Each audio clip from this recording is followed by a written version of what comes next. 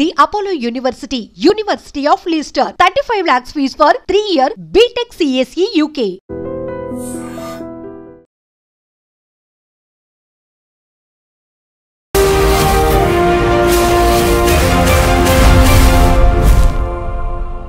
నమస్తే, welcome to iDream social spotlight with కవిత.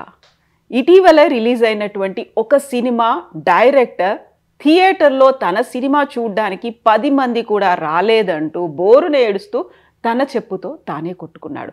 యాక్చువల్గా ఇలాంటి ఇన్సిడెంట్స్ అనేవి ఈ మధ్య కాలంలో చిన్న సినిమాలకు సంబంధించి ఎందుకని జరుగుతున్నాయి? ప్రమోషన్స్లో ఫెయిల్ అవుతున్నారా, రివ్యూస్ బాగా రావట్లేదా, లేకపోతే థియేటర్స్కి ప్రేక్షకులు వెళ్ళలేకపోతున్నారా? మనం ఒకవైపు పాన్ ఇండియా మూవీస్ అనుకుంటున్నాము, లేకుంటే రికార్డ్ కలెక్షన్స్ అనుకుంటున్నాము, అన్ని రికార్డ్స్ని బ్రేక్ చేసింది అనేటువంటి వార్తలు చూస్తూ చిన్న సినిమాల గురించి ఇలాంటి ఒక ప్యాథటిక్ సిచ్యువేషన్ అనేది ఎందుకు కనిపిస్తోంది? మనతో పాటుగా ఉన్నారు తమ్మారెడ్డి భరద్వాజ గారు. సార్ నమస్తే. సార్, మన గతంలో ప్రతిసారి పెద్ద సినిమా చిన్న సినిమా అనుకున్నప్పుడు చిన్న సినిమాకి ప్రేక్షకులు రావట్లేదు, థియేటర్ల దాకా రావట్లేదు, బోల్డంతా ఖర్చు పెడుతున్నారు, అక్కడ కష్ట నష్టాలు వీటన్నిటి గురించి మాట్లాడుకున్నాం. బట్ ఒక డైరెక్టర్ తన సినిమాకి ఎవరు రాలేదు, రివ్యూస్ మాత్రం చాలా బాగున్నాయి, బట్ ప్రేక్షకులు రావట్లేదు, ఎందుకని తనని తను అంత హింసించుకొని బాధపడ్డాడు? 50 ఏళ్ళ నుంచి చూస్తున్నామమ్మా. చాలామంది నా సినిమాలకు కూడా, అంటే మేము కొత్తగా వచ్చినప్పుడు సినిమా తీసే ప్రతి డైరెక్టరు ప్రాణం పెట్టే తీస్తాడు. అంటే ఆ సినిమా బాగుండొచ్చు, బాగోపోవచ్చు. ఆ సినిమా నేను చూడలేదు, నాకు తెలియదు. ఆ సినిమా కాదు, ఏ సినిమా అయినా తీసిన సినిమా మీకు నచ్చకపోవచ్చు, నాకు మాత్రం నేను ప్రాణం పెట్టి తీసినట్టే ఉంటుంది. నేను ఇది అంటే అందులో చిన్న సినిమాలు పర్టికులర్గా ఏమవుతుందంటే మొత్తం పెళ్ళం పుస్తితో సహా ఇంట్లో ఉన్న ఆస్తి అంతా పెట్టి సినిమా తీస్తారు. ప్లస్ టైం కూడా అట్లాగే వేరే ఉండదు కాబట్టి ఫినాన్షియల్, ఇప్పుడు పెద్ద డైరెక్టర్లు ప్రాణం పెట్టే తీస్తారు, బట్ వాళ్ళకి ఫినాన్షియల్గా బాగుంటారు కాబట్టి సండేలు హాలిడేస్ ఎంజాయ్ చేస్తూ ఉంటారు. వీళ్ళకి అది ఉండదు, ఈవినింగ్ లైఫ్లో ఎటువంటి ఇంకొనడానికి ఛాన్స్ లేదు. ఈ జీవితం అంతా సినిమా రిలీజ్ అయ్యి ఆడితే బాగుండు అనేది లైఫ్ వస్తుందని ఆశతో ఉంటారు. ఇప్పుడు ఈయన 10 మంది వచ్చారు, ఈయన చాలా అదృష్టవంతుడు. చాలామంది నోషోలు పడుతున్నాయి. ఈవెన్ పెద్ద సినిమాలు మీరు చెప్పే రికార్డ్ బ్రేక్ కలెక్షన్లు చేస్తున్న సినిమాలు కూడా నోషోలు పడుతున్నాయి ఇప్పుడు. మరి వాళ్ళు ఏమవ్వాలి? వాళ్ళంతా పెద్ద పెద్ద స్టార్స్ కదా, వాళ్ళు ఎవరితో ఏం చెప్తూ కొట్టుకుంటారు వాళ్ళు. సో ఇవన్నీ కాదు, మనం తీయటం వరకే మన బాధ్యత. తీసిన తర్వాత వాళ్ళు చూస్తారా చూడరా అంటే, మనం తీసిన కంటెంటు, మన కంటెంటు ఇంకోళ్ళ కంటెంటు దగ్గర దగ్గర ఒకే రకంగా ఉన్నా మనం ప్రజెంట్ చేసిన విధానం, అవతల వాళ్ళు ప్రజెంట్ చేసిన విధానాలు తేడా ఉంటాయి. అవతల వాళ్ళు చేసింది నచ్చి ఉండొచ్చు, మనం చేసింది నచ్చి ఉండకపోవచ్చు. లేదంటే అవతలది ఏదో దాంట్లో ఏదో గ్లామర్ ఉండి ఉండొచ్చు, మనలో ఉండి ఉండకపోవచ్చు. సో అట్లా రకరకాల సమస్యలు ఉంటాయి. అందుకని డిసార్టన్ అయిపోయి ఉండక్కర్లేదు. మళ్ళీ ఇప్పుడు దాన్ని మలయాళానికి వెళ్తాం, మలయాళంలో ఏమైనా చూస్తారు, మలయాళంలో పోయేవాళ్ళు అక్కడ పరిస్థితి అక్కడ ఎట్లాగే ఉంది. అక్కడ మనం చూసే సినిమాలు, అలాగే 100 సినిమాలు రిలీజ్ అయితే మనం 20 సినిమాలు చూస్తున్నాం ఓటీటీల్లో కానీ రిలీజుల్లో కానీ. మిగిలిన 80 సినిమాల సంగతి మనకు తెలియదు కదా. సో వాళ్ళు ఏమవుతారు, వాళ్ళు ఏం చెప్పుకుంటారు? మొన్న ఏదో ఓటీటీలో మలయాళం సినిమా చూసాం, చాలా బాగుంది అనిపించింది. చెక్ చేస్తే 14 లక్షలు వచ్చింది, వాళ్ళు 6 కోట్లు పెట్టి తీశారంట. మరి ఆ డైరెక్టర్ ప్రొడ్యూసర్ ఏమైపోయి ఉండాలి? సో అదేం కాదు, డిసార్టన్ అవ్వకూడదు. ఫెయిల్యూర్స్ వస్తే సక్సెస్ వస్తుంది. ఎప్పుడు ఫెయిల్యూర్ లీడ్స్ టు సక్సెస్ అని చెప్తారు కాబట్టి అతను అనవసరంగా అంత కంగారు పడక్కర్లేదు. ధైర్యంగా మళ్ళీ మంచి సినిమా తీసుకోవచ్చు. అయితే వెరీ ఫస్ట్ ప్రాజెక్ట్ కింద తీసిన వాళ్ళు కొన్ని ఏళ్ల పాటు దాని మీద కృషి చేసి 2 ఏళ్ల పాటు సినిమా తీసిన తర్వాత అందులో కూడా ఏదో చిన్న చితక ఆర్టిస్టులు కూడా కాదు, మంచి నేమ్ అండ్ ఫేమ్ ఉన్న ఆర్టిస్టులు, కావలసినటువంటి ఎలిమెంట్స్ అన్నీ ఉన్న సినిమా రావట్లేదు, చూడట్లేదు అనేది రివ్యూస్ కూడా బాగున్నాయి అనుకున్న తర్వాత అంటే ఇక్కడ ప్రాబ్లం మీరు ఏంటంటే, తెలిసిన ఆర్టిస్టులు అనుకునేది పెద్ద భ్రమ. ప్యాడింగ్ పెట్టాను అనేది అంతకంటే పెద్ద భ్రమ. ఇప్పుడు ఒక్క హీరోలకు ఒక్కళ్ళకే ఫాలో అయిపోయింది. ఒక 2-3 సాయి పల్లవి లాంటి ఒకళ్ళిద్దరు హీరోయిన్లకి తప్ప హీరోయిన్లకి ఫాలోయింగ్ లేదు. టికెట్ దిగదు, ఒక టికెట్ కూడా ఎక్స్ట్రా దిగదు. హీరోలకి ఆ టాప్ 30 మంది ఉన్నారు హీరోలు, మొదట 3-4కి 50%, 60% టికెట్లు దిగుతాయి, కానీ మిగతా వాళ్ళకి 10 to 20% దిగుతాయి. వీళ్ళంతా పెద్ద హీరోలే. మిగిలిన హీరోలు ఇప్పుడు ఫర్ ఎగ్జాంపుల్ నా ఛానల్ కానీ మీ ఛానల్ కానీ మీకు ఫాలో అప్ ఉంది, నాకు ఫాలోయింగ్ ఉంది. మన ఇద్దరం సినిమా తీద్దాం, ఎవరిని వస్తారని చూద్దాం. మన అట్లీస్ట్ మన సబ్స్క్రైబర్స్ అన్న రావాలిగా. రారు. సో అది వేరు ఇది వేరు. ఆ ఫాలోయింగ్ ఉంది కాబట్టి వాళ్ళు ఏదో చూసేస్తారు అనుకుంటే ఇవాళ టాప్స్ హీరోస్ సినిమాలు ఈ సంవత్సరం అన్నీ ఫ్లాప్ అయినాయిగా. మరి అదేంటి? మళ్ళీ వాళ్ళు వెళ్తే జనం తండోపతండాలు వాళ్ళ కోసం ప్రాణాలు ఇచ్చుకునే వాళ్ళు ఉన్నారు, రక్తం కోసుకునేవాళ్ళు, చేతులు కోసుకునేవాళ్ళు, మెడకాయ కోసుకునేవాళ్ళు ఉన్నారు. ఉన్న సినిమాలు ఆడతలేదు కదా, ఓపెనింగ్లు కూడా రావట్లేదు కదా. మరి వాళ్ళు ఏమైపోవాలి? అందుకని ఇట్లా అయ్యేది కాదు. చిన్న సినిమా బతకాలి అనేది ఉంటుంది. ఆ తర్వాత మిగతా భాషల్లో చేసినట్టుగా ప్రయోగాలు కావచ్చు, ఒక కమర్షియల్ కాకుండా ఆర్ట్ ఫిల్మ్స్ అనేవి రావాలి, ఇలాంటివన్నీ మనం మాట్లాడుకుంటూ ఉంటాం. బట్ అది ప్రాక్టికల్గా మాత్రం వర్కౌట్ అవ్వదు. వర్కౌట్ అవ్వట్లేదు. మీకు వచ్చింది మొన్న 35 వచ్చింది, 23 వచ్చింది, కోర్టు వచ్చింది, ఇవన్నీ ఆడినిగా సినిమాలు. మరి వాటికేంటి? దానికి సమాధానం లేదా? ఏదో కోర్టు అంటే నాని ఉన్నాడు, నాని ప్రొడ్యూసర్ అన్నారు. మరి నాని గారు యాక్ట్ చేసిన సినిమాలు ఆడతలేదు కొన్ని. ఇప్పుడు అన్నీ బాగానే ఉన్నాయి ఈ సంవత్సరం. అంతకుముందు లాస్ట్ బిఫోర్ ఇయర్ ఆయన చేసినవన్నీ పోయినాయి వరుసగా. దిల్ రాజు గారు పెద్ద ప్రొడ్యూసరు, మరి ఆయన సినిమాలు వరుసగా ఫ్లాప్ అయినాయి కదా. సితారా ఎంటర్టైన్మెంట్, విజయ్ దేవరకొండ చాలా పెద్ద హీరో, కింగ్డమ్ పోయింది, మరి వార్ ఎన్టీఆర్ పోయింది. అట్లా చెప్పుకుంటూ పోతే అదేది గేమ్ చేంజర్ రామ్ చరణ్ పోయింది. పోయినాయి కదా. మరి ఈయనకి ఎందుకు అంత బాధ?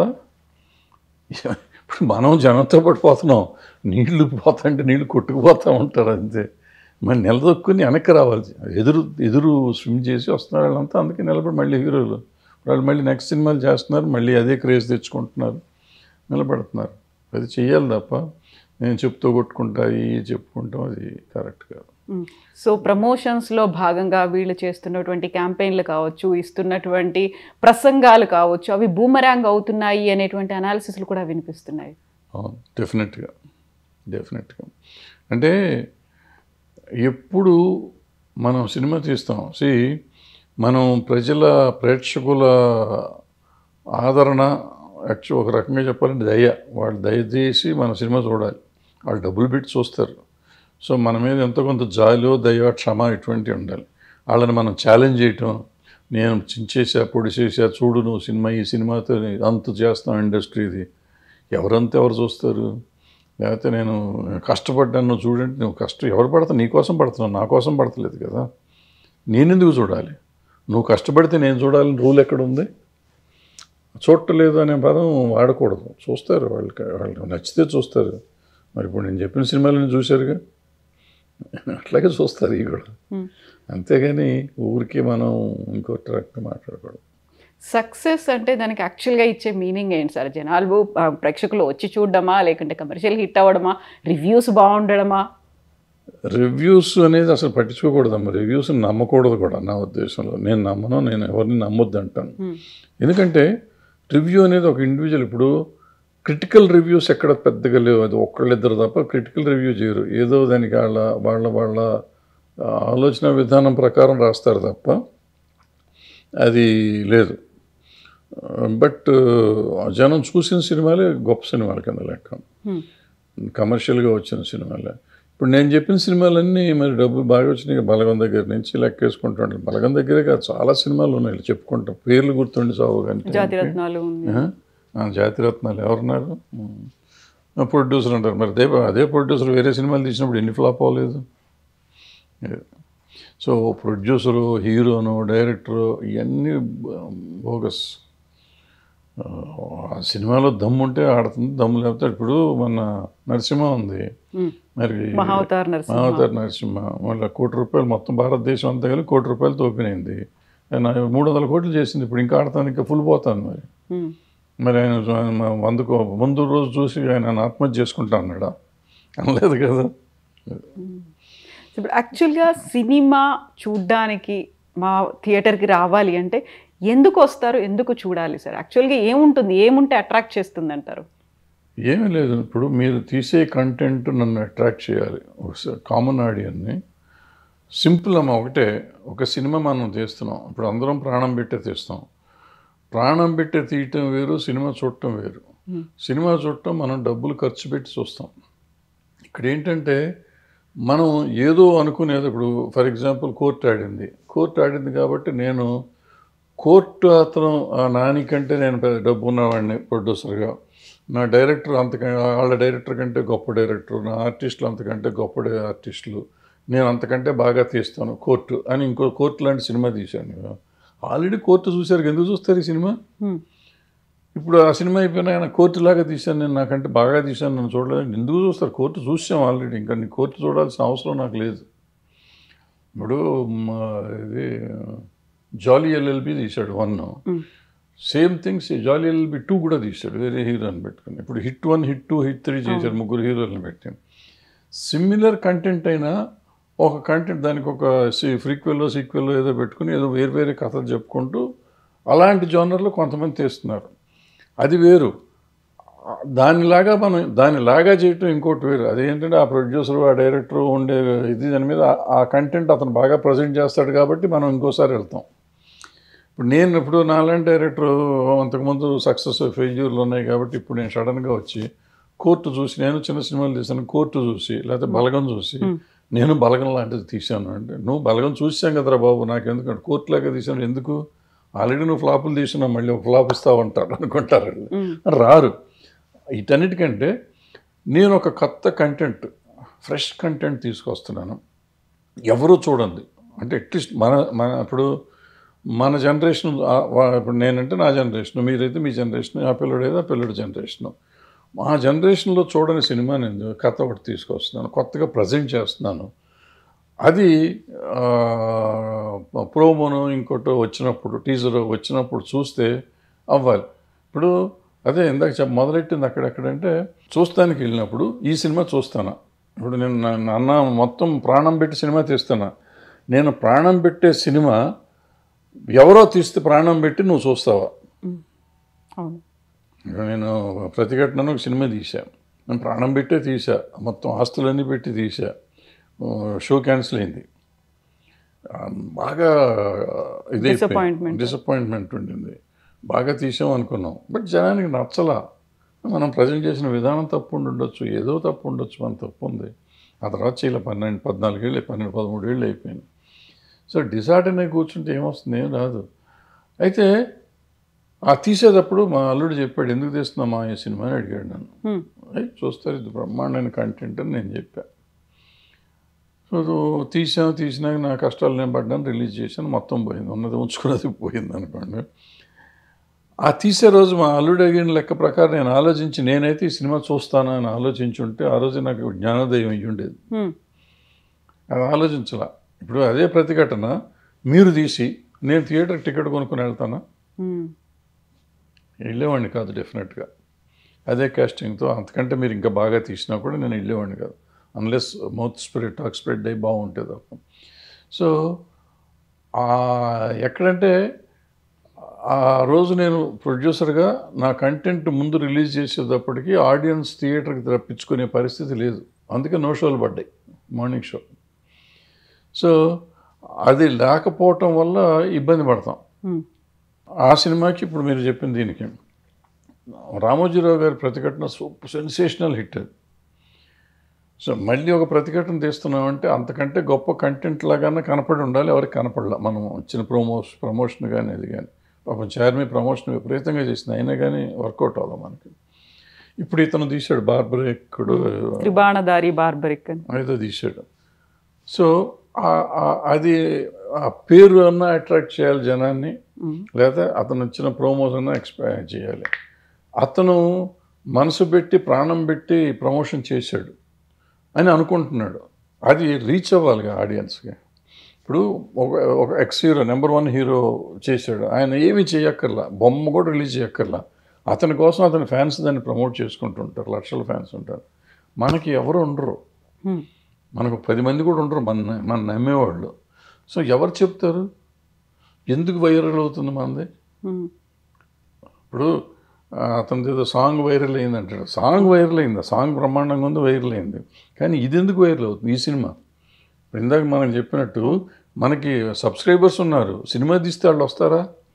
గతంలో సాంగ్ నిధి వైరల్ అయింది, ఈ సినిమాకి ఎందుకు రావాలి? నువ్వు అలాంటి సాంగ్ లవ్ స్టోరీ తీసుంటే ఏమో వచ్చేవారేమో, ఎందుకంటే నువ్వు దాంట్లో ప్రూవ్ చేసుకున్నావు, ఆ సాంగ్లో నువ్వు బ్రహ్మాండంగా తీయగలవు, మ్యూజికల్ సెన్స్ ఉంది, ప్రజెంటేషన్ సెన్స్ ఉంది అనే జనానికి తెలుసు. సో దాన్ని క్యాష్ చేసుకుని నువ్వు ఇంకో సినిమా అట్లాంటి లవ్ స్టోరీ లాంటిది ఏదైనా తీసుంటే ఏమో మొదలుగొట్టేసేదేమో, చించేసేదేమో, మనకు తెలియదు. అది వదిలిపెట్టి వేరే జోనర్లోకి వచ్చారు. వేరే జోనర్లోకి వచ్చేటప్పటికి ఆ జోనరు జనానికి ఎక్కే పరిస్థితి ఉందో లేదో ముందు అసలు రిలీజ్ అయిందని చాలామందికి తెలియదు. మా పుట్టల్లో ఊరికి సినిమాల గురించి మాట్లాడే వాళ్ళకన్నా తెలియాలి కదా, వాళ్ళకి కూడా తెలియని పరిస్థితి ఉంది. ఆ టైటిల్ మొన్న పోస్టర్, అది కూడా ఇంగ్లీష్లో ఏదో పోస్టర్ ఉంది, బార్బర్ ఏదో, అది ఏదో ఉంది. మనకు సంబంధం లేని మ్యాటర్ అన్నట్టుగా వెళ్ళిపోయాం చూసుకుంటా పోస్టర్. మన సినిమా కాదులే అని ఒక ఫీల్. సో ఎప్పుడు ఆడియన్ని అట్రాక్ట్ చేయడం అనేది ఇంపార్టెంట్. ఈ సినిమా కాదు, ఇది ఇతని సినిమాని కాదు, ఇతను పాపం అతను సిన్సియర్గా చేసాడు, అతని కష్టం అవుతుంది. కానీ ఎవరం చేసినా కూడా రోజు పోస్టర్లో 100 వారానికి 6-7 అంటిస్తారమ్మా. ఇప్పుడు 14 స్టూడియో రోడ్లో వెళ్తా అంటే కొత్త సినిమాలు 6-7 సినిమాలు అంటిస్తారు. ఒక్క పోస్టర్ అన్నీ కొత్తగా ఉంటాయి, ఫ్రెష్గా ఉంటాయి. కానీ ఏదైనా చూసి సినిమా చూడాలనిపించే పోస్టర్ ఉండాలిగా, టైటిల్ చూసి సినిమా చూడాలనిపించాలిగా, ఒక యూఎస్పీ అనేది ఉండాలిగా. అది లేదు. సో నేను చెప్పేది ఏంటంటే ఎవరైనా సినిమా తీసే ప్రొడ్యూసర్ కానీ, డైరెక్టర్ కానీ, యాక్టర్ కానీ ఈ సినిమా నేను టికెట్ పెట్టి చూడగలనా, వేరే వాళ్ళు చేస్తే చూస్తారు అనే ధైర్యం ఉంటే యాక్టర్ యాక్ట్ చేయాలి, డైరెక్టర్ డైరెక్ట్ చేయాలి, ప్రొడ్యూసర్ సినిమా ప్రొడ్యూస్ చేయాలి. అది చూసి అబ్బాయి ఈ కథ ఎవరు చూస్తారని నీకు అనుమానం వచ్చిందంటే అయిపోయింది, చచ్చిపోయింది, నీ చేతిలోనే ఫెయిల్యూర్ స్టార్ట్ అయిపోయింది. ఇప్పుడు హార్ట్ అండ్ సోల్ అనేది పెట్టి ఫుల్ ఫ్లెడ్జ్డ్గా డెడికేటెడ్గా ఒక సినిమా తీసిన తర్వాత తీసినటువంటి మొట్టమొదటి సినిమానే పోయింది అంటే సరే, రెండో సినిమా కోసం మళ్ళీ ఎంత కష్టపడి చేద్దాం అనుకున్నా కానీ ఫస్ట్ సినిమా ఇంపాక్ట్ అయితే ఉంటుంది. అది హిట్ కాలేదు కదా, అది ఫ్లాప్ కదా. ఇవన్నీ ఉండవు అని అవసరం. అవన్నీ ఇప్పుడు హార్ట్ అండ్ సోల్ పెట్టకుండా ఎవరు సినిమా తీస్తారు అంటే కొంతమందికి నాలెడ్జ్ లేక ఏదో ఆవేశంతో తీసినా ప్రాణం పెట్టే తీస్తారు. నాకు తెలిసిన టెక్నాలజీ, ఇప్పుడు నీకు కొంత టెక్నాలజీ తెలుసు కాబట్టి నువ్వు హార్ట్ అండ్ సోల్ పెట్టావు. నాకు తెలిసిన టెక్నాలజీకి నేను హార్ట్ అండ్ సోల్ పెడతాను. హార్ట్ అండ్ సోల్ డబ్బులు కూడా పెడతాం, మొత్తం పెట్టేస్తాం, తీస్తాం. తీస్తే మన వరకే, అది ఎదుటివాడికి సంబంధం లేదు కదా. ఇప్పుడు రాజమౌళి గారు లేకపోతే త్రివిక్రమ్ శ్రీనివాస్ గారు ఇంకోళ్ళు పెద్ద ఈ డైరెక్టర్లు అతను బెంగళూరు అతను వీళ్ళు ఎవరైనా తీస్తే వాళ్ళకు వచ్చిన పాపులారిటీకి మనం బాగా ఒక బానిసత్వంలో పెరిగిన వాళ్ళం కదా. మనం హీరోలకి కాదు, బ్రిటిష్ సామ్రాజ్యం కానీ మొఘల్ సామ్రాజ్యం కానీ ఎవరో వాళ్ళ కింద బతికి మనం ఇంకా రాజులు కాలం నుంచి ఉండి అయ్యో పాపం వాళ్ళు కష్టపడ్డారండి, రాజుగారు రోడ్డు మీదకి వచ్చారండి, రాజుగారు వచ్చి కూర్చున్నారండి, మనతో భోంచేస్తున్నారండి, రాజు మన ఎక్స్ప్లాయిట్ చేసి తింటున్నాడు అనేది లేదు. మన పక్కన కూర్చొని ఆ రోజు తిన్నాడు, ఆయన అవసరం ఏముందో మనతో భోంచేసాడు, దాంతో ఆయన దేవుడు అనుకుంటాం. సో ఆ బానిసత్వ పోకడలు ఇంకా మనకి పోక ఈ ఫ్యాన్ఫేర్ అని చెప్పి వాళ్ళకి ఇదైపోయి అబ్బాయి ఎంత కష్టపడ్డారు 3 ఏళ్ళు. అదే 3 ఏళ్ళు మరి ఇతను కష్టపడ్డాడుగా, అతను 2.5 సంవత్సరాలు 3 సంవత్సరాలు కష్టపడ్డాడు. మరి నిజంగా అతను అడిగినట్టు 30 మంది అడిగాడు పాపం, 10 మంది కాదు 30 మంది రావచ్చు కదా అని అడిగాడు. నిజంగా ఇల్లు ఉండొచ్చు కదా. వాళ్ళకేమో అమ్మో 3 ఏళ్ళు 4 ఏళ్ళు కష్టపడ్డారు మనం వెళ్ళాలని చెప్పి థియేటర్ 3,000 టికెట్ అని 4,000 టికెట్ అని వెళ్ళారు కదా. ఇతను మళ్ళీ 150 రూపాయల టికెట్ కదా, 30 మంది వెళ్ళొచ్చు కదా. వెళ్ళా అంటే ఏదైనా content is the king. Content వాళ్ళకి నచ్చాలి. కంటెంట్ ఈజ్ ద కింగ్ అంటే కంటెంట్ మన పాయింట్ ఆఫ్ వ్యూలో బ్రహ్మాండమైన కంటెంట్ అది. బట్ ఎదుటివాడి పాయింట్ ఆఫ్ వ్యూలో ఎదుటివాడిని అట్రాక్ట్ చేసిందా లేదా, వాడి ఇది ఎక్స్పెక్టేషన్ కూడా కాదు, వాడి దీన్ని క్యాచ్ చేసామా లేదా, వాడి అటెన్షన్ క్యాచ్ చేసామా లేదా, అవతల వాడి అటెన్షన్ క్యాచ్ చేసే ప్రోమో మీరు పెట్టగలిగితే ఉంటుంది. ఇప్పుడు ఈ సోకాల్డ్ ఫ్లాప్ సినిమాలు అన్నీ ఉన్నాయి కదా పెద్ద హీరోలు, వాళ్ళకి బ్రహ్మాండం ప్రోమో అంటారు. బ్రహ్మాండం అయితే ఓపెనింగ్లు రాకుండా ఉండవు. ఏమవుతుంది, వీళ్ళంతా కమర్షియల్ సినిమాలు 3 రోజుల కోసం సినిమాలు తీస్తున్నారు. ఆ 3 రోజుల కోసం ఆ యాక్షన్ సీన్లు, కొట్టుకోటాలు, రక్తపాతం, మంచి పంచ్ డైలాగులు వేసుకుని చేస్తున్నారు కాబట్టి ఓపెనింగ్ వస్తుంది అనుకుని చేస్తున్నారు. అది 3 రోజులకి వాళ్ళు ఎయిమింగ్ 3 డేసే. వీళ్ళు ఎయిమింగ్ 3 డేస్ కాదు, వీళ్ళు 1 ఇయర్కి గేమ్ చేయాలి. ఇప్పుడు కోర్టులాగా 4-5 వారాలన్నా ఆడాలి, లేకపోతే ఇప్పుడు నరసింహలాగా ఆడాలి, ఆ సినిమా ఆడాలి. అట్లా ఆలోచించుకొని తీయాలి సినిమా. మనకు వాళ్ళకి వచ్చింది కదా, 400 కోట్లు వస్తే మనకు 2 కోట్లు వస్తే చాలు, మనం ఖర్చు పెట్టింది వస్తే చాలు అనుకోకూడదు. మనం బాహుబలిని కొట్టాలి, మనం RRRని కొట్టాలి, మనం పుష్పాన్ని కొట్టాలి. ఆ రేంజ్కి ఆలోచించి తీయాల్సిన. ఎక్స్టర్నల్ ఫ్యాక్టర్స్ ఏముంటాయంటారు ఇలా ఒక ఫిల్మ్కి వెళ్ళకపోవడం అనేది? ఏముండే ఎక్స్టర్నల్ ఫ్యాక్టర్స్ ఏమో టికెట్ రేట్ ఎక్కువ, ట్రాఫిక్ ఎక్కువ, we cannot afford that rate. ఇప్పుడు ఫ్యామిలీని తీసుకుని మిడిల్ క్లాస్ వెళ్ళలేరు. మిడిల్ క్లాస్కి ఎక్స్ హీరో సినిమాలో, ఎక్స్ డైరెక్టర్ సినిమాలో చూస్తానికి ఇంట్రెస్ట్ ఉంటుంది. సో నెలకు ఒక సినిమాకి దే కెన్ ఎఫర్డ్. ఆ ఒక సినిమా దీనికి వెళ్తానికి రారు. సింపుల్ అది. దాంతో మీకు ప్రాబ్లం పోతుంది. ఇప్పుడు నరసింహకి వస్తున్నారండి, నరసింహని జనం అంతా బ్రహ్మాండం పెట్టారు కాబట్టి అందరూ ఎగేసుకుని వెళ్తున్నారు. అండ్ అతను మీరు చూడండి, ఇక్కడ 150 రూపాయల టికెట్, నార్త్ అంతా 99 రూపాయల టికెట్. అది మీరు చూడండి, 99 రూపాయల టికెట్, 150 రూపాయల టికెట్ పెట్టి ఆయన 300 కోట్లు చేశాడు. మనము పెంచేసి 3000, 2000, 500, 600 టికెట్లు పెడితే మనకు 200, 300 రావట్లేదు. ఇక్కడ మనం సినిమాకి సంబంధించి ఇంకొక విషయం మాట్లాడుకుంటే, గతంలో వర్కర్స్ యూనియన్ ఒక స్ట్రైక్ చేసింది. స్ట్రైక్ ఒక ఎండ్ కార్డు పడిందా, లేకుంటే అది అలా ఒక పాజ్ బటన్లో ఉందా? అసలు ఫస్ట్ స్ట్రైక్ చేయలేదు. స్ట్రైక్ చేసింది అనే మాట మీరు విత్డ్రా చేసుకోండి. ఓకే. స్ట్రైక్ అంటే పని చేయకుండా ఆపేయటం. ఇప్పుడు మన కెమెరామెన్ ఉన్నాడు, ఆయనకి మనం ఏదో ఎక్స్ట్రా జీతం ఇస్తున్నాం. నేను రేపటి నుంచి వస్తాను సార్, నాకు మీరు జీతం పెంచట్లేదు 2 ఏళ్ల నుంచి, ఈ రోజు పెంచితే వస్తాను లేకపోతే రానన్నాడు. స్ట్రైక్ డిమాండా? Is demanding something. Is ready to work, but is ready asking, demanding hike. నువ్వు హైక్ ఇస్తే పని చేస్తున్నాడుగా, అప్పుడు స్ట్రైక్ అవ్వదు కదా. నువ్వు ఇవ్వకపోతే నువ్వు ఆపుతున్నావు. అతనికి ఎట్లా డబ్బులు అడిగే హక్కు ఉందో మనకి సినిమా ఆపే హక్కు ఉంది. నేను ప్రొడ్యూసర్గా, పెట్టుబడిదారుగా నాకు హక్కు ఉంది. సో నేను ఆపేశాను. ఇప్పుడు నేను స్ట్రైక్ చేసినట్ట కాదు, పెట్టుబడిదారుగా నాకు హక్కు ఉంది. సినిమా తీస్తే లేకపోతే లేదు, నా ఇష్టం. సో వీళ్ళు సినిమా తీయలేదు, వాళ్ళు చేయలేదు. వాళ్ళు డబ్బులు ఇచ్చినట్టు చేశారు. వాళ్ళు ఎంతమంది డబ్బులు ఇస్తే అంతమందికి పని చేశారు. స్ట్రైక్ అని ఉంటే షూటింగ్ జరిగి ఉండకూడదుగా, టోటల్గా షూటింగ్ లాగి ఉండాలి. బట్ వాళ్ళు ఎప్పుడైతే ఇది చెప్పారో 18 షూటింగ్, ఫస్ట్ డే 20, 16, 12 జరిగినాయి, సెకండ్ డే 18 జరిగినాయి. 3వ రోజు ప్రొడ్యూసర్లు ఏం చేశారు, అవుట్డోర్ యూనిట్లకు లెటర్ రాసి అవుట్డోర్లో చేయొద్దు, యూనిట్ పంపొద్దన్నారు. యూనిట్ లేకుండా షూటింగ్ చేయలేరు కాబట్టి ఆగిపోయినాయి. బట్ అవి కూడా ఒక్కరోజు ఆగినాయి. 2వ రోజు నుంచి మళ్ళీ 4వ రోజు నుంచి మళ్ళీ మెల్లిగా 4-5 షూటింగ్లు స్టార్ట్ అయిపోయింది. అంటే కొంతమంది ఛాంబర్లో లేని వాళ్ళు, ప్రొడ్యూస్ కౌన్సిల్తో సంబంధం లేని వాళ్ళు యూనిట్లు ఇవ్వటం మొదలెట్టారు, వీళ్ళు షూటింగ్ చేసుకోవటం మొదలెట్టారు. జరిగినాయి. సో ఎవరు స్ట్రైక్ చేయలేదు, అందరూ చేశారు, మీ ఇష్టం. సో మరి ఇప్పుడు అది క్లియర్ అయిపోయిందా? కాల్ ఆఫ్ చేశారా, లేకుంటే స్టిల్ ఇట్ ఈస్ ఆన్ అంటారా? It's on, 100% it's on. Call of అంటే గవర్నమెంట్ ఇన్వాల్వ్ అయ్యి ఎట్టి పరిస్థితుల్లో మీరు షూటింగ్లు చేసుకుని మీరు సాల్వ్ చేసుకుంటున్నారు. గవర్నమెంట్ ఒక ఎక్స్టెంట్ వరకు సాల్వ్ చేసింది. 50, 70, 80% సాల్వ్ చేసిన, 20% ఉన్నాయి. దానికి ఏదో కమిటీలు వేసేదో చేస్తారు. But that will go on. పని జరుగుతుంది, పని ఆగదు. అది ఇప్పుడు ఏంటంటే వాళ్ళు చేసిన పని ఏంటంటే వర్క్ షుడ్ నాట్ స్టాప్. ఎవరు ఏం చేసినా మీరు కొట్టుకోండి, తిట్టుకోండి, ఏమన్నా చావండి, మా రాష్ట్రంలో ఉన్నంతకాలం మీరు పని చేయాలని చెప్పి గవర్నమెంట్ వార్నింగ్ ఇచ్చింది. చాలా స్ట్రిక్ట్ వార్నింగ్ ఇచ్చింది ఇద్దరికి.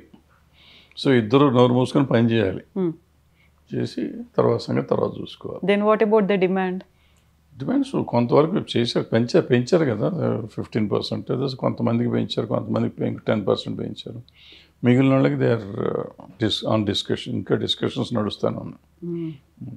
అవుతాయి, ఎప్పుడో ఒకప్పుడు అవుతాయి. ఒకవేళ అయిపోతే ఏంటంటే ఇప్పటి నుంచి చూస్తారు. అప్పుడు ఈ షూటింగ్ స్టార్ట్ చేసిన రోజు నుంచి నేను ఒక 4 రోజుల నుంచి చేసి నెక్స్ట్ మంత్ వచ్చింది అనుకోండి, ఏ కంపెనీకి చేసినా ఆ కంపెనీ నాకు ఇవాళ రూపాయి ఇస్తే రూపాయి పావులు ఇవ్వాలి కదా, ఆ పావులు అప్పుడు ఇవ్వాలి. ఛాంబర్ వసూలు చేసేస్తున్నారు. ఇప్పుడు మనం పాలిటిక్స్ గురించి మాట్లాడుకుంటే, వైస్ ప్రెసిడెంట్ క్యాండిడేట్గా జస్టిస్ సుదర్శన్ రెడ్డి పేరుని అనౌన్స్ చేసిన తర్వాత కేంద్ర హోంశాఖ మంత్రి అమిత్ షా తీవ్రమైనటువంటి వ్యాఖ్యలు చేశారు. ఆయన ప్రో నక్సలైట్ కాబట్టే సల్వా జుడుమ్ని బ్యాన్ చేశాడు, లేకపోతే 5 ఏళ్ల క్రితమే మావోయిస్టులు, నక్సలైట్లు అంతమైపోయేది. ఇప్పటికీ కంటిన్యూ అవడానికి కారణమే జస్టిస్ సుదర్శన్ రెడ్డి అనే మాట. కరెక్ట్. గాంధీ దేశానికి ద్రోహం చేశాడు, నెహ్రూ దేశానికి ద్రోహం చేశాడు. వాళ్ళిద్దరూ లేకపోతే అఖండ భారత్ ఉండేది మన దేశంలో అని కూడా అమిత్ షా చెప్పాడు కదా. వాళ్ళు దేశద్రోహులే కదా వాళ్ళు. సో సిమిలర్గా వాళ్ళు ఏదైనా మాట్లాడగలరు, వాళ్ళకి మాట్లాడే హక్కు ఉంది, మాట్లాడతారు. సో దాన్ని అంతా మనం తీసుకుంటామా? మరి గాంధీ గారు లేకుండా స్వతంత్రం వస్తుందా? నెహ్రూ గారు లేకుండా వస్తుందా? వాళ్ళు నిజంగా దేశద్రోహులా? వాళ్ళని కులాలు మతంతో మతం కూడా మార్చేశారు వాళ్ళదే, వాళ్ళు వేరే మతానికి కూడా పంపించేశారు. సో వీళ్ళు చేసే ఈ ప్రచారాన్ని మనం పెద్దగా పట్టించుకోవాల్సిన అవసరం లేదు. ఇవాళ వీళ్ళు ఏ ప్రచారం చేసినా చేయకపోయినా ఆయన గెలుస్తాడా గెలవడట గెలవనివ్వరు. ఎందుకంటే మెజారిటీ వాళ్ళకే ఉంది. క్రాస్ ఓటింగ్ అవుతుందని కూడా నేను నమ్మను. బయట ఊరికి కాంగ్రెస్ వాళ్ళు చెప్తారు కానీ క్రాస్ ఓటింగ్ కూడా జరిగే ఛాన్స్ లేదు. సుదర్శన్ రెడ్డి గారు గెలవరు, తెలిసింది వాళ్ళకి, ఆయనకి తెలిసి ఉంటుంది, ఆ పార్టీలకే తెలుసు. బట్ అపోజిషన్ వాళ్ళ ఇది చూపించాలి కాబట్టి ప్రతిసారి క్యాండిడేట్ని పెడతా ఉంటాం, అంతే తప్ప సరే వీళ్ళకి ఊరికి వాళ్ళ మీద బురద చల్లటమే జయంగా పెట్టుకుని వాళ్ళు చెప్తూనే ఉంటారు. ఇప్పుడు పార్లమెంట్లో మొన్న ఆపరేషన్ సింధూర్ తర్వాత అపోజిషన్ నాయకులు అందరూ మాట్లాడారు చాలామంది. ఎవరైనా దానికి సమాధానం చెప్పారా? వాళ్ళు అది చెప్పకుండా మీరంతా పాక్ ఏజెంట్లు అన్నారు, ప్రైమ్ మినిస్టర్ దగ్గర నుంచి అందరూ. అంటే ఎదుటివాడి మీద బురద చల్లటం తప్ప సమాధానం చెప్పడం లేదు ఎవరికి. ఇప్పుడు ఇక్కడ ఎక్కడ మన ఈ దేశంలో పాజిటివ్గా ఆలోచించక్కర్లే. ఇప్పుడు అక్కడ మనకి ఏమీ అక్కర్లేదు. ఆపరేషన్ సింధూరు మేము చేసామని చెప్పేస్తే అయిపోయింది. ఎందుకు ఆపాము? ట్రంప్ ఆపలేదు, మేమే ఆపాము, పలానా కారణం అని చెప్పొచ్చు కదా. అది చెప్పలేకపోయారుగా. అదే కదా అడిగింది రాహుల్ గాంధీ. అడిగింది ఏంటి? మీరు పార్లమెంట్లో అనౌన్స్ చేయండి, ఆయన చెప్పలేదు మేమే ఆపామనే మాట చెప్పండి అంటే చెప్పలా. ఎందుకు చెప్పలా? ఏం కమిట్ అవ్వచ్చుగా. ఇప్పుడు ఓవైసీని ఎవరినో జై హింద్ అని అడిగాను. అతను నాకు భారతదేశం అంటే ప్రేమ ఉందిగా నేను అన్నాడు. అనను అంటాం తప్పు, అది వేరే సంగతి. బట్ అని అంటాం మనకెందుకు? అట్లాగే మరి రాహుల్ గాంధీ నువ్వు ట్రంప్కి సంబంధం లేదు అంటాం ధర్మమేగా అడగటం. అది అడిగినప్పుడు అది మాత్రం అధర్మం ఎందుకు అవుతుంది? రాహుల్ గాంధీ ఎవడు అడుగుతానికంటే? ఇప్పుడు నువ్వెవరో నన్ను ఏం చెప్పాలో మాట్లాడటానికి? నా దేశభక్తిని పరీక్షించడానికి నువ్వెవరో? నీకేం హక్కు ఉంది? నీకెంత హక్కు ఉందో నాకు అంతే హక్కు ఉంది. నీకు ప్రశ్నించే హక్కు ఉంటే నాకు ప్రశ్నించే హక్కు ఉంటుంది. నీకు ఒక్కడికే హక్కు ఎందుకు ఉంటుంది, నాకెందుకు ఉండదు? సో ఈ ప్రభుత్వం వచ్చిన కాడి నుంచి ఈ నెగిటివ్ థింకింగ్లో జనంలో పెంచేసారు, పెరిగిపోయింది. దాన్ని ఇప్పుడు అంటే ఇవన్నీ ఇది టెలికాస్ట్ చేస్తే ఇప్పుడు రేపు నన్ను కూడా దేశద్రోహిగా ముద్రేస్తారేమో. వేసుకున్నారు కానీ ఇది రైట్ డైరెక్షన్లో వెళ్ళటల్లా. ఇంతకుముందు వాజ్పేయి గారు ఉన్నప్పుడు కూడా చేసాము, ఈవెన్ మోడీ గారు వచ్చినప్పుడు కూడా ఫస్ట్ టర్మ్ వచ్చినప్పుడు దేశానికి మార్పు కోసం రావాలి ఆయన అనుకున్న వాళ్ళు నేను కూడా ఒకటి. But the way things are going on నా పర్సనల్గా నాకు నచ్చలేదు. బట్ జనంకి నచ్చి ఆయనే కావాలనుకుంటున్నారు. మనం మాట్లాడదాం. మీరు కూడా ప్రో నక్సలైటా, అర్బన్ నక్సలా? మీరు ఏదైనా అనుకోవచ్చు. నక్సలే అనుకోదు, మళ్ళీ అర్బను ప్రో ఇవన్నీ ఎందుకు? నేనే నక్సలైట్ని అనుకోరాదా? ఇప్పుడు ఏం పోయింది? మా అయితే అరెస్ట్ చేస్తారు లేదా కాల్చేస్తారు, అంతే కదా. ఈ పెద్ద ప్రాబ్లం లేదు. నక్సల్ అంటే ఏంటి? నక్సల్ దేశద్రోహి కాదు. వాళ్ళు నమ్మిన సిద్ధాంతం దేశం బాగుండాలి అనుకున్నారు, వాళ్ళు ప్రజలు బాగుండాలనుకున్నారు. అయితే తుపాకీ కొట్టడం ద్వారా స్వతంత్రం వస్తున్నారు. ఇప్పుడు గాంధీ అప్పుడు కూడా భగత్ సింగ్ గారు ఇంకో రకంగా తుపాకీ పట్టుకొని చేశాడు. ఆయన నక్సలైటా? ఆ రోజుకి నక్సలిజం లేదు కానీ, బట్ ఆయన తుపాకీ పట్టుకుని వచ్చాడు. ఉద్దమ్ సింగ్ తుపాకీ పట్టాడు. వీళ్ళంతా తుపాకీ పట్టుకున్న వాళ్ళంతా ఇలా అల్లూరి సీతారామరాజు తుపాకీ పట్టాడు. వీళ్ళంతా దేశద్రోహులా? వీళ్ళంతా నక్సలైట్లు ఆ రోజున కాదుగా. వాళ్ళు కూడా ఆలోచన విధానం ఏంటి? ఇవాళ ఆ నక్సలైట్లు అనేవాళ్ళు ఇవాళ రాంగ్ రూట్లో ఉన్నారా ఇంకో రూట్లో ఉన్నారా పక్కన పెడితే, బట్ ఆలోచన విధానం ఏంటంటే సమాజం కావాలి, ప్రతి మనిషి బాగుండాలి, అందరూ బాగుండాలి. అందరూ బాగుండాలి అనుకునేవాడు దేశద్రోహి ఎట్ట అవుతాడు? నాకు అర్థం కాల. అయితే నా తుపాకీ పట్టుకుని వీళ్ళంతమందిని చంపేయటం అనేది దుర్మార్గం. అది నిజంగా దుర్మార్గమే. బట్ ఇంటెన్షన్, ఇప్పుడు మన పోలీసు వాళ్ళు ఉంటారమ్మా, పోలీసు వాళ్ళు కాల్చడం అనేది తప్పని చట్టం చెప్పినా ఎన్కౌంటర్నో ఇంకోటనో చేసి పారేస్తూ ఉంటారు. అది చట్ట ప్రకారం వాళ్ళకి చంపే హక్కు ఉందా? లేదు, అయినా చంపుతున్నారు. వాళ్ళు దేశద్రోహులా? మిలిటరీ వాళ్ళు ఉన్నారు, యుద్ధంలో ఎవరినో చంపుతారు, అపోజిషన్ వాళ్ళని చంపుతారు. అంటే మనిషి చంపడం మానవత్వమా? కాదుగా. కానీ వీళ్ళు దేశ రక్షణ కోసం ఎదుటివాడు శత్రువుని కాబట్టి శత్రువుని చంపుతారు. శత్రువుని చంపటం అనేది ఇది. వీళ్ళు నక్సలైట్లు ఈ పెట్టుబడిదారీ వ్యవస్థ దేశద్రోహులు అనుకుని వాళ్ళు అనుకుంటారు.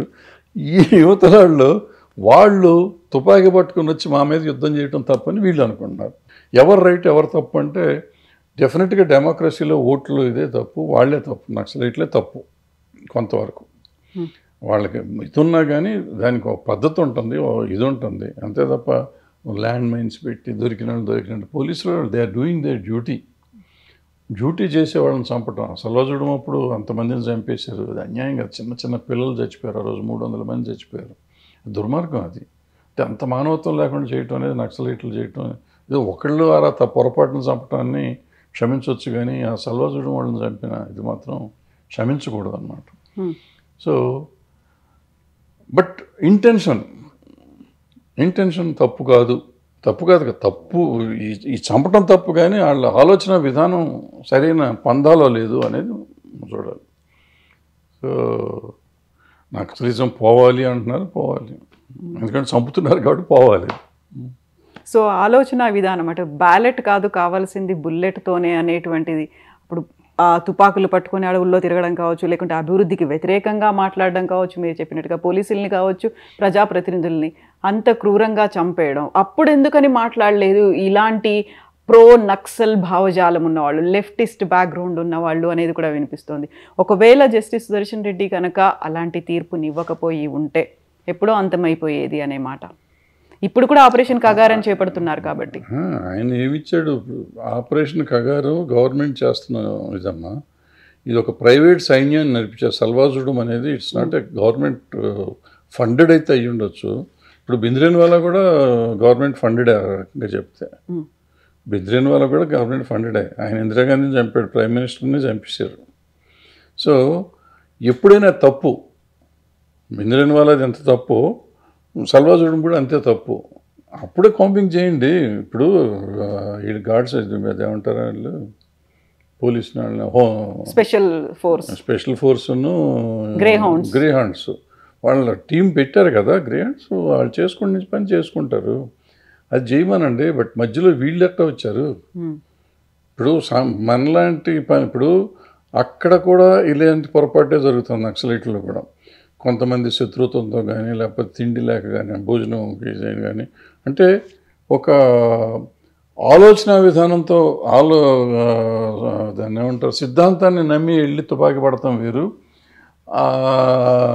అవసరం కోసమో లేకపోతే ఇంకో దీంతోనే వెళ్ళటం వేరు.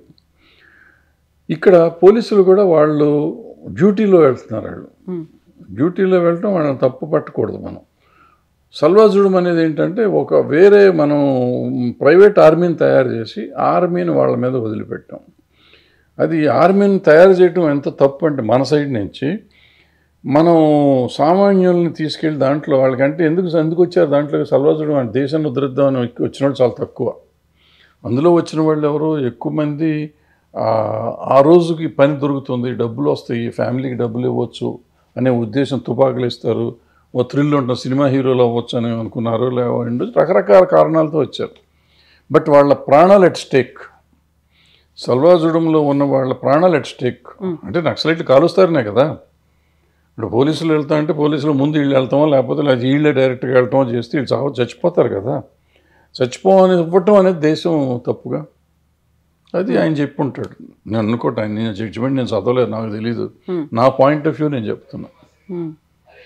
సో ఇప్పుడు ఎలక్షన్స్ అనేవి దగ్గరకు వస్తున్నాయి, ఓన్లీ ఒక 3 days మాత్రమే ఉంది. September 7th అనేది ఎలక్షన్ జరుగుతుంది. ఏమవుతుంది? అట్లాగా వాళ్ళే గెలుస్తారు, గెలుస్తారు. మెజారిటీ ఉన్నప్పుడు గెలుస్తానికి ఏముందమ్మా, ఎవరు వెళ్తారు? క్రాస్ ఓటింగ్ జరగదు, ఒక ఓటు 6 ఓటు ఎగ్గొడతారు. క్రాస్ ఓట్ చేసే ధైర్యం ఎవరో చేయరు, ఎగ్గొడతారు తప్ప ఓట్లకే రాకుండా. కానీ ఓటు వేయకుండా ఉండొచ్చు కానీ వేసి క్రాస్ చేస్తారని నేను నమ్మను. ఊరికి అనుకుంటారు వీళ్ళు క్రాస్ ఓటింగ్ అవుతుందని. I don't think so. మనం ఇంటర్నేషనల్గా ఉన్నటువంటి పాలిటిక్స్, జియో పొలిటికల్ ఇష్యూస్ గురించి మాట్లాడుకుంటే, ట్రంప్ మన మీద టారిఫ్లు అనేవి పెంచాడు. 50% పెంచిన తర్వాత మనం ఇమ్మీడియట్గా చైనా, రష్యాతో కలిసి ఒక బైలాటరల్ ఒప్పందాలు కావచ్చు, లేకుంటే కలిసి ముందుకు వెళ్ళాలి అనేది, మనల్ని ఏనుగులతో పోలుస్తున్నారు అమెరికన్ ఎకానమిస్టులు. వాళ్ళు ర్యాట్స్తో పోల్చుకుంటున్నారు, ఎలుకల్లా ఉన్నాం అనుకుంటుంటే చైనా అధ్యక్షుడు ఏనుగులు అండ్ అక్కడ ఉన్నటువంటి డ్రాగన్స్, ఎలిఫెంట్స్ అండ్ డ్రాగన్స్ కలిసి పని చేయాలి, ముందుకు వెళ్ళాలి అనేటువంటి మాట. సో ట్రంప్ తీసుకున్నటువంటి స్ట్రాటజీ కావచ్చు, going ahead with the new ఏమంటారు స్నేహం, సంబంధాలు ఏమనిపిస్తున్నాయి మీకు? ఇప్పుడు ఇందాక మీరు అడిగిన ప్రశ్నకి దీనికి లింక్ పెట్టండి ముందు. నక్సలైట్లు అంటే ఒక రకంగా చైనా సిద్ధాంతాన్ని నమ్మిన వాడాడు. మరి వాళ్ళని ఇక్కడ చంపుతూనే ఉంటున్నాం, మళ్ళీ చైనాతో ఎట్ట కలుస్తారు మీరు? మొన్నటిదాకా పాకిస్తాన్ వచ్చినప్పుడు మన యుద్ధం చేసినప్పుడు చైనా వాళ్ళు చేస్తున్నారు ఇదంతా, వాళ్ళే వెనకాల ఉన్నారు అన్నాం, వాళ్ళ వస్తువులు కొనొద్దన్నాం, వాళ్ళని బాయ్కాట్ చేయమన్నాం, చైనాని ఇక్కడి నుంచి ఎడగొడదాం అన్నాం. ఇన్ని మాటలు చెప్పిన మనం మళ్ళీ చైనాతో ఎట్ట కలుస్తాం? ఎందుకు కలుస్తున్నాం? ట్రంప్ మనవాడని చెప్పి ట్రంప్ని తీసుకొచ్చి అబ్కీ బార్ ట్రంప్ అన్నాడు మోడీ గారు. అంతకు లాస్ట్ ఎలక్షన్లో గెలవలేదనుకోండి. ఈయన పాకిస్తాన్ వెళ్ళాడు. ఈయన ఎవరు? ట్రంప్. మన మోడీ గారు ఒకసారి నవాజ్ షరీఫ్ బర్త్డేకి వితౌట్ నోటీస్ కరాచీలో విమానం దిగాడు ఆయన. సో మనం ఇంటర్నేషనల్ ఏదో మనం ఆయన అంబాసిడర్ ఫర్ ఇంటర్నేషనల్లో దీన్ని అఫేర్స్ అన్నట్టుగా మోడీ గారు తిరుగుతూ ఉంటారు. ఏది నమ్మాలి, ఏది నమ్మక్కర్లేదు మనం, ఏది కరెక్ట్, ఏది తప్పు అంటే డబుల్ స్టాండర్డ్స్ మనకు అయిపోతున్నాయి. ఇక్కడేమో నక్సలైట్లు కమ్యూనిస్టులు అనే వాళ్ళని చంపేయాలి, కమ్యూనిస్ట్ ఉండకూడదు దేశంలో అంటారు. అక్కడేమో కమ్యూనిస్ట్ దేశాలు, మాజీ కమ్యూనిస్టులైన సోవియట్ రష్యా కానీ ప్రజెంట్ కమ్యూనిస్టులైన చైనాతో కానీ మనం కలుస్తూ ఉంటాం. నక్సలైట్ల మీద కదా ఎజెండా అనేది. కమ్యూనిస్టులే కదమ్మా, నక్సలైట్ అనేది వేరే పార్టీ కాదు. నక్సలైట్లు కమ్యూనిస్ట్ పార్టీ, మార్క్సిస్ట్ లెనినిస్ట్ ఏదో ఉంటుంది దాంట్లో, మావోయిస్టో ఏదో ఉంటుంది కదా. వాళ్ళు ఎప్పుడైనా కమ్యూనిస్ట్ కాదన్నారా? మేము కమ్యూనిస్టులం కాదు, మాది వేరే పార్టీ అని ఎవరైనా చెప్పారు మీకు? చెప్పలేదు కదా. సో మనకి స్టాండర్డ్ లేదు, ఆలోచన విధానం లేదు. మనం అనుకున్నది ఇప్పుడు ఏంటంటే కావాలి, వాళ్ళకి కావాలి, మనకి కావాలి. ఇక్కడ ఏంటంటే అవసరము, మనం మెటీరియలిస్టిక్ వరల్డ్లో ఉన్నాం. మనకి ఏది అవసరం అయితే దాన్ని, ఏది మనకు కావాలంటే తీసుకుంటాం, ఏది అక్కర్లేదంటే అక్కర్లా. మరి అదే కాంగ్రెస్లో గాంధీ గారు దుర్మార్గుడు, నెహ్రూ దుర్మార్గుడు, పటేల్ దేవుడు అయిపోతాడు మళ్ళీ. ఆయన పటేల్ గారు చూస్తేనో 52 ఫస్ట్ ఎలక్షన్కే లీడ్ అయినా. ఈ భారతదేశం బిల్డ్ అయిన టైంలో పటేల్ గారి పాత్ర లేదు అసలు యాక్చువల్గా. 52తో ఆయన అయిపోయింది, ఆయన చాప్టర్ క్లోజ్ అయిపోయింది, ఆయన చచ్చిపోయారు ఆయన. మరి ఆయన దేవుడు అని చెప్తున్నాం. మరి అంటే ఇప్పుడు ఈ 70 ఏళ్ళు కాంగ్రెస్ చేసినంత అన్యాయం అయితే, అన్యాయం చేసిందో చేయలేదో పక్కన పెడితే ఈ డెవలప్మెంట్ అంతా ఎక్కడిది? ఇవాళ ఈ పరిస్థితికి చేసి 15 ఏళ్లలోనే వచ్చిందా? ఈ మోడీ గారు వచ్చిన 12 ఏళ్లలోనే భారతదేశం మారిందా? అంతకుముందు చరిత్ర లేదు అసలు మనకి. అంతకుముందు అసలు ఎక్కడ ఉండేవాళ్ళం? బ్రిటిష్ వాళ్ళు వెళ్ళిపోయినప్పుడు మన పరిస్థితి ఏంటి, మన దేశంలో పౌరుడి పరిస్థితి ఏంటి, 2014లో ఈ గవర్నమెంట్ వచ్చేటప్పటికి మన పరిస్థితి ఏంటి ఆలోచించాలి కదా. వాట్ ఎవర్ డెవలప్మెంట్, బ్రహ్మాండం వాళ్ళు దేవుళ్ళు అని నేను అన్నాను. సో ఎప్పుడూ చేస్తారు. ఇప్పుడు ఇళ్ళు చాలా మంచి పని. ఇప్పుడు ట్రాన్స్పోర్టేషన్ బ్రహ్మాండంగా చేశారు వీళ్ళు వచ్చినాక. మరి ఆ రోడ్స్ కానీ కొన్ని పనులు వీళ్ళు బ్రహ్మాండంగా చేశారు, చేయలేదని అన్నా. అంటే వాళ్ళు చేశారు. మనం ఏమనాలంటే ఎవరినైనా మంచి చేసింది మంచి అని ఒప్పుకునే పరిస్థితి ఉండాలి. ఎంతసేపు ఎదుటివాడిని దుర్మార్గుని చేసి మనం కవర్ చేసుకుంటానికి ప్రయత్నం చేయటం అనేది తప్పు. అది ఇప్పుడున్న నాయకులు అందరూ చేస్తున్నారు, అన్ని పార్టీలు. ఆంధ్రలో చూడండి, ఆంధ్రాలో కూడా అదే పరిస్థితి నడుస్తుంది, ఇక్కడ అదే పరిస్థితి నడుస్తుంది. ఏదో ఎంతసేపు గతం వాళ్ళని తిట్టుకుంటూ పోవటం, వాళ్ళని తిట్టుకుంటే వీళ్ళని ఎవరు అడగరు కదా. నువ్వేం చేస్తున్నావయ్యా అంటే వాడేం చేశాడండి, గతంలో నాశనం చేశాడు. గతం సంగతి ఆడు నాశనం చేశాడు కదా, ఆయన పంపించేసాం మేము వాళ్ళని పంపించి మిమ్మల్ని తీసుకొచ్చింది ఎందుకు? వాళ్ళు నాశనం చేశారని నువ్వు మళ్ళీ అదే స్టోరీ మాకు చెప్తావు ఎందుకు? ఎలక్షన్ ముందు నువ్వు ఏదే చెప్పేవాడు దుర్మార్గుడు, నేను నమ్మి ఓటేసాం, నువ్వు వచ్చావు, ఇంకా వాడు దుర్మార్గుడు అని చెప్పలేదు. నువ్వు చేస్తానన్నా చెయ్యి, నువ్వు ఎందుకు చేయలేదంటే ఆడు దుర్మార్గుడు కాబట్టి ఇప్పుడు చేయట్లేదు, అప్పుడు దుర్మార్గం చేస్తే ఇప్పుడు ఎందుకు చేయట్లేదు? సో ఇప్పుడు తీసుకుంటున్నటువంటి స్నేహ సంబంధాలు కావచ్చు, సరికొత్తగా అవుతున్నటువంటి బయలాటరల్ ఒప్పందాలు భవిష్యత్తు ఎలా ఉంటుంది అనుకుంటున్నారు? బాగుంటుంది, ఏముంటుంది, బాగానే ఉంటుంది, బ్రహ్మాండంగా ఉంటుంది. మన ప్రోగ్రెస్ ఎవరున్నా ఎవరు పోయినా ఎవరు వచ్చినా ఆగదు, జరుగుతూనే ఉంటుంది, ముందుకు వెళ్తూనే ఉంటుంది. ఈ జనాభా పెరుగుతూనే ఉంటారు, డెవలప్మెంట్ జరుగుతాం. డెవలప్మెంటా లేకపోతే చెడిపోతున్నామా అనేది మనకు తెలియదు, కానీ మన లైఫ్ ఆఫ్ లివింగ్ స్టాండర్డ్స్ అయితే పెరిగినాయి. కొంతకాలం రష్యాతో బాగున్నాము, వాళ్ళు కాంగ్రెస్ ఉన్నప్పుడు రష్యాతో వీళ్ళంతా కాంగ్రెస్ సెయిల్ అవుతున్నప్పుడు బీజేపీ తిట్టింది. మరి ఇప్పుడు రష్యాతోనూ చైనాతోనూ మనం మళ్ళీ సెయిల్ అవుతున్నాము. సో ఇప్పుడు వాళ్ళు సామ్రాజ్యవాదం అంటున్నారు కాంగ్రెస్, అమెరికాని. అమెరికా సామ్రాజ్యవాదం అని మొదటి నుంచి చెప్తానే ఉన్నాం కదా మనం. అది అప్పుడు కాంగ్రెస్ వాళ్ళు అదే చెప్పారు, వీళ్ళు అదే చెప్పారు. సో మన అవసరాలకి మనం మారుతూ ఉంటాం. బట్ ఆల్ సెట్ అంటే ఎవరు ఏమి చెప్పినా చెప్పకపోయినా, ఏం జరిగినా జరగకపోయినా ఒక డెవలప్మెంట్ అనేది వస్తూనే ఉంటుంది, ఏదో ఒక రకంగా జరుగుతూ ఉంటుంది, అది ఆగదు. ట్రంప్ వాళ్ళు ఉంటాడు, రేపు పోతాడు. మళ్ళీ ఇంకో ఆల్రెడీ సంవత్సరం అయిపోతుంది, ఇంకో 3 ఏళ్ళు అయితే ఆయన పోతాడు, ఇంకోటి ఎవడో వస్తాడు. అప్పుడు సిస్టమ్ అప్పుడు మారితే మళ్ళీ మన పార్టీ మారుస్తాం. మామూలే కదా ఇవన్నీ. సో పెద్ద పడుచుకోక్కర్లేదు. సో భారతదేశానికి సంబంధించి ఇప్పుడు మనం సరికొత్త ఒక కూటమిలాగా ఏర్పాటు అవుతోంది అనేటువంటి భావన, అనాలిసిస్లు ఇవన్నీ కనిపిస్తున్నాయి. గతంలో ఇంతలా కనిపించలేదు రష్యా, చైనా అనేది భారత్తో ఉండడం అనేది. అందులోనూ అమెరికా టారిఫ్లు పెంచిన తర్వాత మనం లొంగుతాము అనుకుంటే లొంగలేదు. But we are emerging as super power. ఒక ఏషియన్ కంట్రీస్లో 3-ముగ్గురు కలిస్తే అనేటువంటి సరికొత్త వార్తలు కూడా వినిపిస్తున్నాయి ఇప్పుడు. అదే మన పబ్లిసిటీను, ప్రమోషన్స్, ఇందాక సినిమాల ప్రమోషన్స్ అనుకున్నట్టు ప్రమోషన్. ఆఫ్రికాలో వచ్చిన దేశం ఆయన ఎవరో ఉన్నాడు, బంగారం ఇవ్వకపోతే చంపేస్తానంటే తిరగబడ్డాడు. అతనికంటే గొప్పవాళ్ళం మనం. ఆ దేశం వాళ్ళు మొత్తం అమెరికా నుంచి ఒక బాంబు వేస్తే దేశమే నాశనం అయిపోతుంది. మన హైదరాబాద్ అంతుండే దేశం అది. వాడు ధైర్యంగా తిరగబడ్డాడు, వాడు గొప్పడు. మనకి ఇంత పెద్ద దేశం తిరుగుబాటు ఉంది, మనకు కాదనుకుంటా కాదు. అండ్ మనకి వీళ్ళంతా వాళ్ళు అక్కడ సపోర్ట్ చేస్తున్నారు వాళ్ళని. చైనా, రష్యా సపోర్ట్ చేస్తుంది అక్కడ కూడా. సో వాళ్ళ సపోర్ట్ తర్వాత వచ్చింది, ముందే అతను తిరగబడ్డాడు ఒంటరిగా. 20 మన అంత బెదిరించలేదు ట్రంప్. వాళ్ళకి 48 అవర్స్లో నువ్వు ఉంటావా సస్తావా అనే లెవెల్లో బెదిరించాడు. బంగారం ఇస్తావా సస్తావా అని, ఏదో పాతకాలం డెకాయిట్లు బెదిరించినట్టు బెదిరించాడు. మరి అతను తిరగబడ్డాడు కదా, దేశాన్ని కాపాడుకున్నాడు కదా, కాపాడుకుంటున్నాడు కదా. సో ఎవరైనా నాయకుడు అతని బాధ్యత, మనకు నాయకుడిగా మనం ఎన్నుకున్నాక ఆయన దేశాన్ని కాపాడుతాం అనేది బాధ్యత. అంటే అతను ఒక్క డెసిషన్ తీసుకుంటాడా, క్యాబినెట్ తీసుకుంటుందా, మిలిటరీ కలిసి తీసుకుంటుందా అనేది నాకు తెలియదు, మనకు అంత విజ్ఞానం లేదు. బట్ ఆ కలెక్టివ్గా దేశాన్ని కాపాడుకోవటం క్యాబినెట్ బాధ్యత. సో కాపాడగానే వీళ్ళైతే మొగాళ్ళు, లేకపోతే మిగిలిన వాళ్ళు మొగాళ్ళు కాదు అనుకోవటం కాదు. ఇటువంటి పరిస్థితి వచ్చినప్పుడు ప్రతి పౌరుడు కూడా కలుస్తాడు అవసరం వచ్చినప్పుడు. సో ప్రతి భారతీయుడు ఈ తిరుగుబాటు అనేది ఏదైతే ఉందో ఇది ప్రతి భారతీయుడి కింద మనం కన్సిడర్ చేయాలి, ఒక నాయకుడి కింద మనం కన్సిడర్ చేయకూడదు. అంటే ప్రతి భారతీయుడికి ఒక ఆత్మాభిమానం కానీ దేశభక్తి కానీ ఉంది కాబట్టి మనం అందరిది అనేది అనుకోవాలి. వీళ్ళందరూ సపోర్ట్ ఉంటుంది. సో రష్యా, చైనా ఉంటుంది, వస్తాయి డెఫినెట్గా. వాళ్ళకేంటంటే ఇప్పుడు అమెరికాకి తర్వాత చైనా ఉంది, నెంబర్ 1 అయ్యే ప్రమాదం కూడా ఉండింది. అది అవుతుందా ఇప్పుడు మనం ఇండియా వస్తామా అనే ఒక అది కూడా డిస్కషన్లో ఉండింది. సో ఈ పరిస్థితుల్లో వాళ్ళకి వాడిని దెబ్బ కొడతాం అవసరం. అండ్ భారతదేశం ఎంత డెవలప్ అవుతుందో దేవుడి వరకు కానీ ఈ మన దగ్గర ఉన్న పర్చేసింగ్ పవర్ ఎక్కడ లేదు ప్రపంచంలో. ఈ అమెరికా సరుకులు కానీ చైనా సరుకులు కానీ ఇండియా కొన్నంత ఎక్కువ ప్రపంచంలో ఎవరు కొనరు. సో మనతో బాగుంటానికి ఎవడైనా ట్రై చేస్తాడు. ఆ ట్రంప్ ఎందుకు చేస్తున్నాడు, వాడి కర్మ వాడు చేసుకుంటున్నాడు, పోతే పోతాడు, అంతే ఉంటుంది.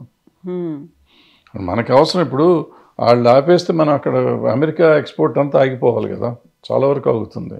సో మనకు వేరే కావాలి కదా, మన వీళ్ళతో బాగుండక ఏం వస్తామా, మనం వీళ్ళకి ఎక్స్పోర్ట్ చేస్తాం. ఆల్టర్నేట్స్ ఉండాలి కదా, ఉంటాయి. సో అవతలోడు ఏంటి అని మెయిన్ పెద్ద ఫోర్స్లు ప్రపంచంలో నెంబర్ 1, నెంబర్ 2 ఫోర్స్ అది. సో దాన్ని కలుస్తానికి తప్పు లేదు, కరెక్ట్ కూడా. బట్ చైనా నమ్మదగినటువంటి మిత్రుడేనా అనేటువంటి ఒక వాదన కూడా. ఎవడైనా నమ్మదగ్గ మిత్రుడేనమ్మా, ఎవడు ఏమి చేయడు. ఇప్పుడు పూర్వకాలంలో రాజ్యాలు లేవు ఇక్కడ. ఇప్పుడు చైనాను ఊరికే మనం అంటాము, చైనానో రష్యానో పాకిస్తానో ఏదైనా అనుకోండి, ఏం చేస్తారు వచ్చి వాళ్ళ దేశాన్ని వాళ్ళు ఏలుగు చేస్తానికి కష్టంగా ఉంది ప్రస్తుతం.